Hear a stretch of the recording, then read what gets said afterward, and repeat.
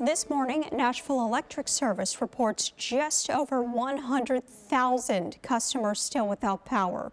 Some of those customers are trying to streamline the process for NES. Fox 17 News' Johnny Maffei caught up with some neighbors dealing with the damage. Johnny, you heard a lot of chainsaws buzzing yesterday.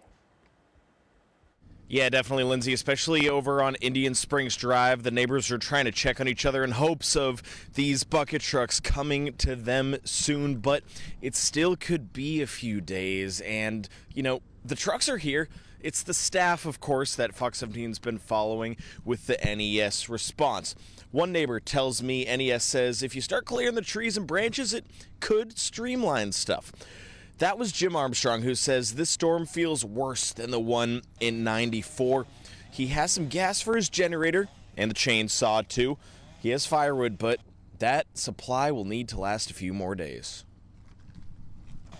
Try to clean up to make it where NES can get in here and get done a lot faster, and I think we're all good.